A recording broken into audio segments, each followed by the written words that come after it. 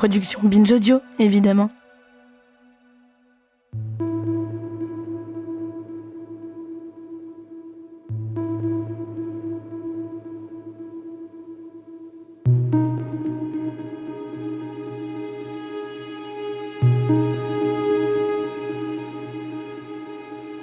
Si la question de la santé mentale est en passe d'être de plus en plus acceptée, elle conserve au moins un angle mort.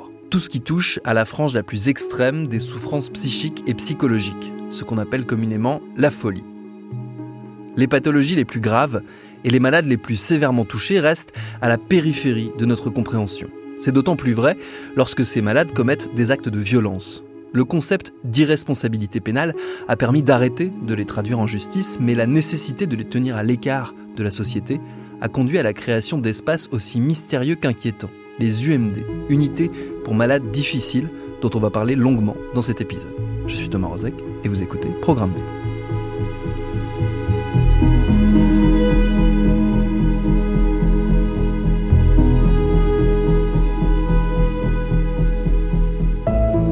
Et pour évoquer ce sujet complexe des UMD, j'ai invité Alexandre Kaufmann. Il est journaliste, il a signé plusieurs livres d'enquête ces dernières années. Le plus récent vient de paraître, il s'appelle Un homme dangereux. Il est dispo aux éditions Goutte d'Or. Il y raconte justement son exploration des unités psychiatriques fermées à la recherche d'un patient, un certain Bosco Gonda, qu'on lui a présenté comme étant l'homme le plus dangereux de France. Mais avant d'entrer dans le détail de son enquête, j'ai commencé par lui demander tout simplement, c'est quoi une UMD ? Une UMD, c'est une unité pour malades difficiles. Il y en a 10 en France, ce qui représente à peu près 700 patients. Et donc, ce sont des établissements qui accueillent tous les patients qui ne peuvent plus être contenus ou gérés dans les centres de psychiatrie classiques fermés. Et donc, il y a plusieurs profils de pensionnaires. Moi, je me suis intéressé plus particulièrement aux criminels jugés irresponsables parce qu'en fait, l'homme que je cherchais, le patient que je cherchais, c'était ce type de patient qui pouvait me renseigner sur lui. Alors, les UMD, moi, je m'y suis toujours intéressé d'abord parce que j'avais une sorte d'intérêt littéraire et d'étudiant en littérature pour la folie, qui était un peu la folie des surréalistes, d'André Breton, la folie solaire de Michel Foucault. Donc, j'avais déjà un intérêt pour ça. Et donc, j'allais de temps à autre en reportage sur ce sujet. Et un jour, je faisais un reportage sur les crimes en psychiatrie.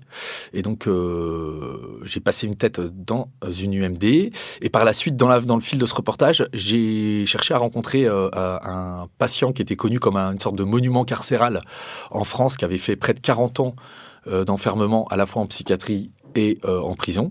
Dans la continuité de ce reportage, je l'ai rencontré et lui-même, Claude B, son parcours, il est vraiment... Bon, au départ, il avait été condamné, je crois, à 20 ans de réclusion criminelle pour un meurtre. Et de fil en aiguille, il est resté... Avant même la fin de cette peine en prison, il est parti dans divers hôpitaux psychiatriques. Bon, il a été diagnostiqué paranoïaque, mais c'était quelqu'un de quérulent, c'est-à-dire qu'il était extrêmement procédurier. Il s'était notamment fait connaître dans l'hôpital psychiatrique de Cadillac classique parce qu'il avait attaqué l'établissement qui interdisait les relations sexuelles entre patients. Et donc, il a toujours dans sa vie eu des espèces de contre-coups à rebondissement, puisque quelques années après avoir obtenu cette liberté sexuelle, il a été condamné pour s'être glissé dans le lit d'une patiente et s'être frotté contre elle. Donc ensuite, il a finalement, au bout de plus de 40 ans, on lui a laissé la possibilité de sortir. Mais ce qu'il faut comprendre, c'est qu'on peut avoir des soins sans consentement à l'extérieur de l'hôpital. C'est-à-dire que c'était son cas. C'est-à-dire que lui, il était encore sous le régime des soins sans consentement, mais on le laissait en ambulatoire, ce qu'on appelle en ambulatoire, c'est-à-dire en ville. Donc lui, il avait un appartement à Bordeaux dans lequel il était censé être à peu près autonome. Bon, c'est vrai qu'il paraissait un petit peu déboussolé après tant de temps enfermé. Il n'était pas toujours très cohérent. Et puis, il était très, très prolixe. Donc ça pouvait être assez éprouvant de parler avec lui. Malheureusement, il est décédé depuis, d'ailleurs, parce qu'il était malade au moment où je l'ai rencontré. Il me racontait beaucoup de choses et j'ai appris ensuite qu'il m'en cachait quand même depuis qu'il était sorti d'hôpital, puisqu'il s'était masturbé devant une infirmière qui était venue le soigner. Et il avait aussi été condamné pour ça. Et puis, au début, j'envisageais plus peut-être de faire mon livre sur son parcours à lui, qui était emblématique, puisqu'il y a même des arrêts de la Cour européenne des droits de l'homme qui portent son nom, puisqu'il avait réussi à faire condamner la France, étant très procédurier. Et donc, il m'avait dit, il n'y a pas de problème, moi, je vous expose tout mon parcours, je vous dis tout. Et puis, je lui dis, mais j'ai découvert que vous étiez masturbé devant des infirmières et vous ne me l'aviez pas dit pourquoi. Il me dit, non, ça, c'est beaucoup trop scabreux. Ce Claude B, finalement, j'avais simplement son témoignage que je pouvais recouper avec certains documents, mais je me suis vite rendu compte que pour construire un récit, la seule parole d'un patient, s'il est un peu délirant, ce qui était son cas, et paranoïaque, c'était très difficile. Ou alors on en faisait un objet littéraire en construisant sa parole sur la paranoïa, ce qui était possible d'ailleurs, qui aurait été aussi un défi narratif. Mais ça me paraissait quand même difficile parce qu'il y avait plein d'assertions que je pouvais pas vérifier. Et lui m'a parlé donc d'un patient qui était considéré comme le plus dangereux de France. Donc évidemment, ça a piqué ma curiosité qu'une personne comme lui puisse dire ça. Et donc j'ai commencé à me pencher sur ses antécédents et à partir sur ses traces dans l'espoir de le rencontrer.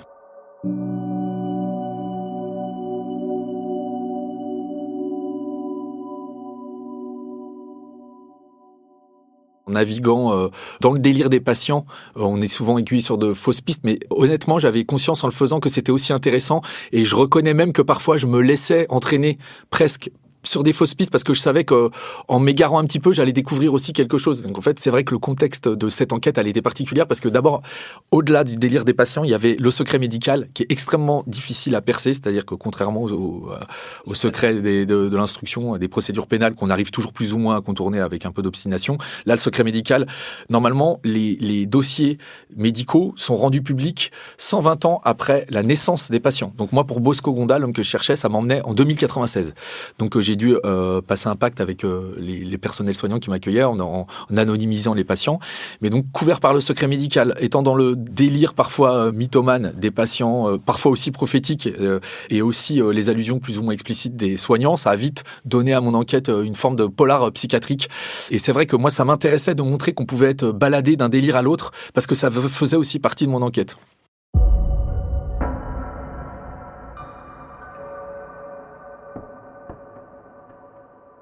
Une UMD, ça a un aspect un peu impressionnant au début. Enfin, moi, c'était d'ailleurs une UMD c'était parmi les 4 dernières UMD qui avaient été construites, donc elle était assez moderne. Il y a forcément une ambiance très carcérale, c'est-à-dire il y a de lourdes grilles qui s'ouvrent, des cours cernées de treillis de fer. Et il faut savoir qu'entre la chambre d'un patient et le monde extérieur, il y a une dizaine de portes. Et donc c'est un univers quand même très fermé, assez particulier. Et moi, grâce à la confiance du personnel soignant, j'ai pu naviguer assez librement dans cet environnement très cloisonné. On m'a d'abord donné un badge, puisque c'est un établissement moderne, les portes s'ouvrent avec des badges électroniques. Donc j'avais une goutte qui couvrait pas mal de portes. Et on m'a aussi donné un objet qui m'a d'abord intrigué, qui s'appelle un DATI, un dispositif d'alerte pour travailleurs isolés, qui est une sorte de petit talkie-walkie. Et lorsqu'il reste allongé plus de 15 secondes, il sonne l'alerte, ce qui arrive en cas d'agression, il sonne l'alerte dans toute l'unité. Donc moi j'avais cet équipement et j'ai pu découvrir finalement assez librement l'environnement des UMD. Ensuite, il y a une autre séparation dans la géographie des UMD, c'est entre le personnel soignant et la zone des patients. Bon, après, il y a beaucoup de porosité ensuite, mais c'est quand même 2 zones bien distinctes. Et la zone des patients, il y a au début quelque chose de très flottant, un peu en apesanteur. Chacun a l'air un peu dans sa trajectoire. Et au départ, on s'attend à découvrir un monde complètement échevelé, fou. Et c'est assez calme, c'est en apesanteur, c'est une ambiance un peu troublante au début. Il y a des lois dans l'UMD d'humeur. Et c'est vrai que donc moi, là où j'étais, il y avait 2 ailes, de chacune 20 patients. Et en fait, il suffisait effectivement qu'un seul patient s'énerve ou soit en crise pour qu'un trait d'électricité parcourt toute l'unité. Donc en fait, les soignants, le personnel soignant devait vraiment bien connaître les interactions entre les patients pour pouvoir maintenir un semblant de calme dans l'unité. Donc il y a aussi des patients qui étaient plus perturbé que les autres de manière constante. Je pense par exemple à un patient qui s'appelait Casque Bleu, qui lui devait parfois même faire ses promenades tout seul parce qu'il distribuait des coups de boule à tout le monde. Donc en fait, il ne pouvait pas sortir de sa chambre quand il était avec les autres sans un casque en mousse bleue comme un sparring partner sur un ring de boxe. Dans l'autre aile, il y en avait un autre qui lui aussi était très très agité, qui était en plus une force de la nature, qui était lui aussi très imprévisible et quasiment en délire constant. Et lui, il souffrait de troubles de la reconnaissance. Donc en fait, il appelait certains patients Chirac, d'autres Johnny Hallyday, d'autres Juppé. Moi, il m'appelait gendarme. Et lui, il était assez imprévisible. Et donc, les soignants m'avaient dit, tu peux discuter avec lui si tu sens qu'il est à peu près calme. Mais s'il commence à t'appeler Patrick, qui est son frère, qui lui a volé sa ferme, là, il est l'heure de tracer.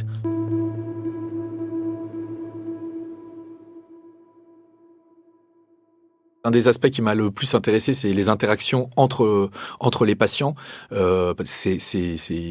parfois d'une lucidité étonnante où un patient dit sur un autre non mais lui son dosage il est pas bon, ou un patient qui est complètement déliré qui dit ah j'en ai marre d'être complètement avec des maboules ici. Par exemple j'ai vu un patient qui avait mangé les organes d'une vieille dame. Je lui parlais d'un autre patient qui avait agressé sa femme et le cannibale, je lui dis mais tu le connais lui? Il me dit oui mais bon je garde un peu mes distances avec lui, avec ce patient qui avait agressé sa femme. Et je lui dis mais pourquoi? Et il me dit mais t'as vu ce qu'il a fait? Donc parfois c'est étonnant toutes ces interactions sont vraiment surprenantes et d'ailleurs il y a une étude qui montre qu'il y a une forme de lucidité qui prouve les rapports lucides entre patients. C'est une des études les plus citées dans la littérature psychiatrique qui s'appelle l'expérience de Rosenhan. Donc c'est un professeur de Stanford je crois et qui lance une étude. Il demande à une dizaine à 12 personnes parfaitement saines d'esprit de se faire admettre dans des hôpitaux psychiatriques très différents les uns des autres sur l'ensemble des États-Unis. Et il leur dit simulez des hallucinations auditives pour vous faire admettre. Et une fois que vous êtes admis dans l'hôpital psychiatrique, reprenez un comportement complètement normal. Et donc les 12 personnes se font admettre. Et une fois qu'elles sont à l'intérieur, elles se comportent totalement normalement. Mais tous les gestes qu'ils font sont interprétés comme des signes de pathologie mentale par les soignants. Donc aucun membre du personnel soignant ne repère l'imposture. Les seuls qui ont repéré les fraudeurs, c'était les autres patients. Voilà, donc en fait ça montre vraiment qu'il peut y avoir vraiment des transversales, des rapports très étonnants entre patients. Et aussi un autre point qui paraît un petit peu étonnant, c'est que pour pouvoir sortir d'une UMD, il faut reconnaître sa pathologie, accepter un traitement et surtout parvenir à sociabiliser. Et on se dit que là, ça peut paraître de l'extérieur un peu injuste parce que les dés sont pipés, parce qu'on nous demande de sociabiliser avec les personnes qui sont des cas un peu antisociaux. C'est très difficile de sociabiliser avec certaines personnes, même d'établir un dialogue avec eux. Donc ça peut paraître étonnant parfois.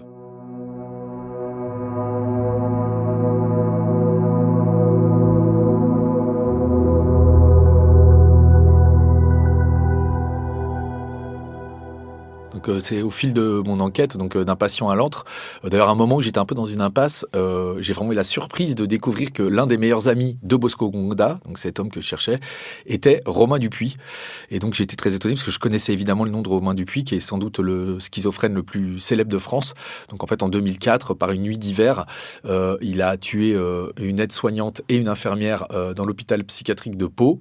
Et donc ce passage à l'acte va connaître un tel retentissement médiatique que ça va même entraîner une refonte très très importante du dispositif légal qui entoure la folie.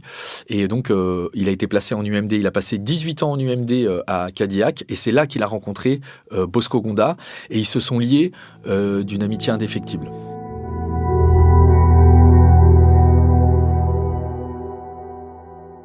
Romain Dupuis, au départ, je veux obtenir des renseignements sur Bosco Gonda, mais en me penchant sur son cas, je m'aperçois qu'il y a quand même beaucoup d'anomalies qui sont un peu difficiles à comprendre pour le grand public parce que on considère que quelqu'un qui a tué 2 personnes, dont décapité une des soignantes, en fait, mérite de rester enfermé à vie. Mais je me suis aperçu qu'il était depuis 17 ans au moment où je l'ai rencontré dans l'UMD de Cadillac et les commissions de suivi médical qui se réunissent donc pour juger de l'état d'un patient et savoir s'il est prêt à être transféré, non pas à sortir, mais à être transféré en établissement classique fermé, depuis 5 ans, rendait des avis favorables, mais que le préfet, plus particulièrement la préfète de Gironde, bloquait sa sortie. Et donc, en me penchant sur son cas, je me suis aperçu qu'il y avait une anomalie, et donc, il me paraissait important d'en parler. Et donc, c'est pour ça que j'ai d'abord rencontré pour faire un reportage pour le journal Le Monde sur son cas. Il y a beaucoup de patients, ce qui est d'ailleurs le cas de celui que je suivais, Bosco Gonda, qui navigue entre prison et hôpitaux psychiatriques. Par exemple, moi, Bosco Gonda, juste après l'un de ses premiers passages à l'acte, qui était une séquestration à Toulouse, une première expertise psychiatrique très vite va juger qu'il est dangereux pour les autres et pour lui-même. Donc, il va être placé d'office, c'était l'expression consacrée à l'époque, jusqu'en 2011. Il va être placé dans un hôpital psychiatrique et très vite, d'autres expertises vont être demandées. Et donc, les 2 qui suivent contredisent la première et considèrent que non, en fait, il n'est pas dangereux pour les autres et pour lui-même. Donc, il est aiguillé en prison. Et en prison, c'était manifestement pas l'endroit où il devait être enfermé, puisque il a d'abord agressé l'un de ses co-détenus. Il a été placé au mitard et le jour où il est sorti du mitard, juste après, il a tué son autre co-détenu. Et ça a encore pris du temps. Ça montre un petit peu la difficulté de certains détenus souffrant de troubles psychiatriques à être diagnostiqués comme tels et aiguillés vers un système de soins. Il est quand même resté après le meurtre de son co-détenu. Il a été placé dans une autre prison où il a encore commis un passage à l'acte, c'est-à-dire qu'il s'est retranché dans une cour de promenade avec une lame de rasoir. Et donc son avocat s'en est vraiment indigné, il a réuni une conférence de presse et il a enfin trouvé une place dans l'UMD de Cadillac, parce qu'il faut savoir, c'est qu'il n'y a que 10 UMD en France et c'est difficile. En fait, il y a beaucoup d'unités classiques fermées de psychiatrie qui n'arrivent pas à gérer certains patients et qui demandent à répétition des places dans les UMD.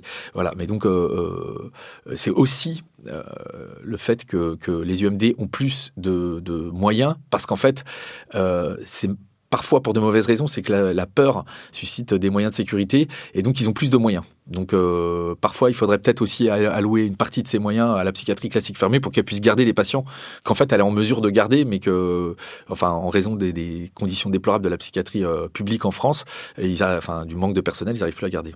Au début, c'est vrai que quand je pars sur la trace d'un des meurtriers les plus violents de France en tant que patient, forcément, il y a une part de fantasme un peu morbide là-dedans, mais déjà sur la route de mon enquête, les premiers contacts avec les patients démentent très très vite ces fantasmes. Par exemple, je savais que l'une des ailes où j'étais accueillait donc un jeune homme qui avait commis des actes de cannibalisme, et donc je me disais, ah là là, un cannibale, j'ai rencontré un cannibale, et puis en demandant où il était, il faut se débrouiller parce qu'en fait on n'est pas censé connaître les antécédents des patients, mais finalement j'ai fini par le repérer dans l'unité, puis il était sous la pluie avec des charentaises, en tremblotant, il fumait une petite cigarette, et donc c'est vrai que tout de suite, ce qui m'est apparu à moi, c'est pas le cannibale, c'est le patient malade, le patient vulnérable. Donc en fait très vite, et c'est l'histoire un peu du livre aussi, c'est que derrière les antécédents, on découvre souvent des personnes extrêmement vulnérables, en carence affective, et qui eux-mêmes subissent le poids de leur pathologie, qui eux-mêmes souffrent de leurs actes passés. Alors évidemment, il est difficile de dire qu'ils sont victimes de leur pathologie, parce que du coup on a l'impression qu'on va les mettre sur le même plan que leurs victimes, qui elles pour beaucoup sont mortes quand on parle des cas de patients qui ont commis des meurtres. Mais en tout cas, c'est des gens qui sont considérés comme malades et vulnérables. D'ailleurs, ça peut aussi choquer le grand public, mais ils sont considérés comme souffrant de troubles mentaux et ils touchent pour la plupart une allocation adulte handicapé. Alors déjà en France, c'est vrai qu'il y a une situation très particulière qui est unique en Europe, c'est que une personne qui est déclarée irresponsable après avoir commis un meurtre, elle est plus sous main de justice. C'est-à-dire la justice va juste contrôler que son séjour en hôpital psychiatrique et respecte les procédures, mais ce sont les médecins qui vont décider s'il est apte à être transféré ou même à sortir complètement. Et donc, en fait, c'est l'état de santé des patients qui est pris en compte. Et donc, par exemple, dans le cas de Bosco-Ndra, qui a été sous observation médicale pendant près de 20 ans, qui depuis 10 ans, il avait un comportement quasiment irréprochable, les médecins ont considéré que il était, pour sa santé, il était préférable qu'il soit transféré en centre psychiatrique fermé, et de là peut-être même, de là pouvoir obtenir des sorties. Et donc ça, ce fait-là est proprement intolérable pour les familles de victimes, parce que déjà, on leur annonce que derrière un meurtre ou un crime d'un proche de leur famille, il n'y a pas de responsable. Il n'y a pas de responsable, donc ça déjà c'est difficile à admettre. Et ensuite, les psychiatres décrivent souvent des folies qui peuvent être intermittentes, c'est-à-dire des folies qui ne sont pas constantes. Et ça peut passer pour des actes de simulation pour les familles de victimes. Les familles victimes se disent, ah bah là il est parfaitement rationnel, et puis quand il a tué ma sœur ou mon père, là comme par hasard il était fou. Donc ça c'est très difficile à admettre. Il y a certaines associations qui défendent les droits de ces familles de victimes. L'une d'elles se démarque, elle s'appelle Delphine Sandrine, elle a été fondée par un homme qui s'appelle Christian Stavosky. En 98, dans un salon de coiffure près de Toulouse, sa fille a été abattue par un schizophrène septuagénaire, et cet homme a été jugé irresponsable. Et le père de la victime, comme il a eu très peu d'explications, le juge d'instruction lui a signifié un non-lieu, donc pas d'enquête, pas de procès. Voilà, donc lui, il trouvait ce traitement révoltant. Ça a été réformé depuis, grâce d'ailleurs à ses efforts. Et donc au début, il a même envisagé de faire justice lui-même en s'en prenant au meurtrier de sa fille lors d'une reconstitution qui finalement n'a pas eu lieu. Donc il a fondé une association qui milite pour réformer le statut de l'irresponsabilité pénale, pour notamment demander que les psychiatres experts aient une formation en criminologie, et que, par exemple, il y ait la création d'un juge d'application des soins qui surveille de plus près en fait le parcours des meurtriers jugés irresponsables. Mais en fait, c'est sûr qu'il y a quelque chose d'intolérable. Et même moi, depuis l'apparition de mon livre, j'ai rééchangé, par exemple, avec Christian Stavosky, et qui s'indignait de certains points du livre, alors que j'avais pourtant essayé de traduire son point de vue de la manière la plus fidèle possible. Mais c'est vrai qu'on se rend compte que finalement, même une remise en perspective statistique face à la violence, à la douleur d'un crime, on voit bien que c'est dérisoire de parler de caractère minoritaire de certains passages à l'acte.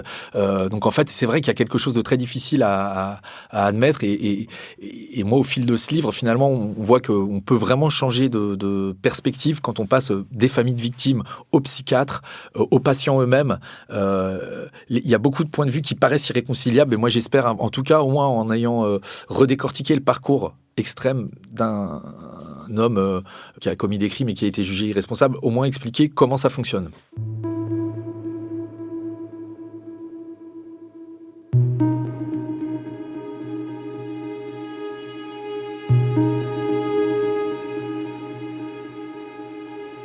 Merci à Alexandre Kaufmann pour ses réponses. Son livre « Un homme dangereux », il est paru, on l'a dit, aux éditions Goutte d'Or. Programme B, c'est un podcast de Binge Audio préparé par Charlotte Bex, réalisé par Paul Berthiaud. La prise de son était assurée par Quentin Bresson. Tous nos épisodes, les anciens comme les nouveaux, sont à retrouver sur toutes vos applis de podcast préférées. Cherchez-nous sur Internet si vous voulez nous parler. Et à très vite pour un nouvel épisode.